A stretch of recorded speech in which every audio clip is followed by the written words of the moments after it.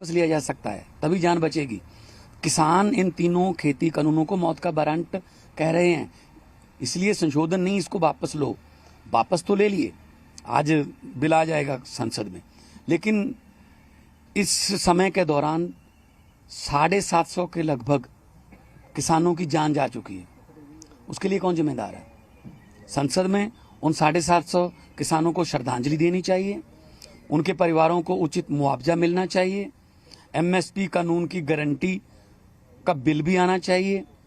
और लखीमपुर खीरी की घटना हुई जिसमें किसानों को रौंद दिया गया गाड़ियों से, उसमें जो मंत्री जी हैं उन पर 120B का पर्चा भी दर्ज है, उसको मंत्रिमंडल से बर्खास्त करना चाहिए।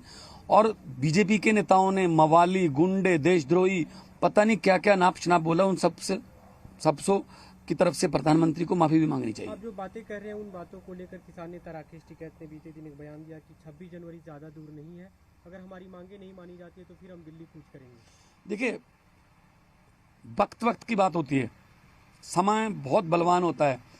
एक समय था जब प्रधानमंत्री जी कोई बयान देते थे, लोग उसको फैसला मान लेते थे। 2014, 15, 16 प्रधानमंत्री मोदी जी के बयान को फैसला मान लेते थे। आज उनके फैसले को बयान भी नहीं मानते। यकीन उठ गया, क्योंकि प्रधानमंत्री जी ने कहा था 15-15 लाख आ जाएगा, नहीं आया। प्रधानमंत्री जी ने कहा था काला धन वापस आ जाएगा, नहीं आया। प्रधानमंत्री जी ने कहा था 2 करोड़ नौकरियां हर साल पैदा करेंगे, नहीं की। प्रधानमंत्री जी ने कहा था महंगाई कम होगी, नहीं हुई। इसीलिए किसान कह रहे हैं, पहले लोकसभा में फिर राज्यसभा में इस बिल को वापस लेके राष्ट्रपति जी के साइन करवा के हमें पहले कागज दिखाओ, फिर यकीन करेंगे। तो इसलिए वो किसान अभी बॉर्डरों पर बैठे हैं कि हमें यकीन नहीं प्रधानमंत्री के कहने पर। इसलिए आज बिल तो आएगा यहाँ पे, तो लोकसभा में भी पारित हो जाएगा, राज्यसभा में पारित हो गया, लेकिन कम से कम माफी मांगनी चाहिए साथ साथ में कि हमसे गलती हो गई। हम पहले दिन से कह रहे हैं कि कोई बात नहीं, कई बार कानून बन जाते हैं गवर्नमेंट से, वापस ले लो।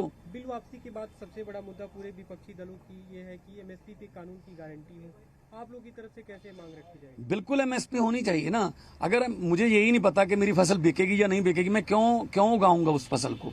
तो धान और गेहूं पर एमएसपी मिलती है पंजाब हरियाणा में, ठीक है ना, तो वही फसल उगाते हैं वो। हम मक्का भी उगा सकते हैं, पंजाब की धरती इतनी फर्टाइल है, उपजाऊ है। हम बाजरा बीज सकते हैं, हम सूरजमुखी उगा सकते हैं, सब्जियां उगा सकते हैं, दालें उगा सकते हैं, लेकिन बेचेंगे कहाँ उनको? तो एमएसपी गारंटी होनी चाहिए।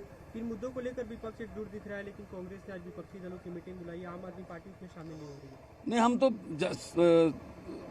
स्पीकर साहब से टाइम लेके हम तो सीधा सरकार से बात करेंगे कि हमें गारंटी दो और श्रद्धांजलि दो उन किसानों को, और पर्चे जो दर्ज हुए हैं अलग अलग स्टेटों में किसानों पर, उनको वापस लो।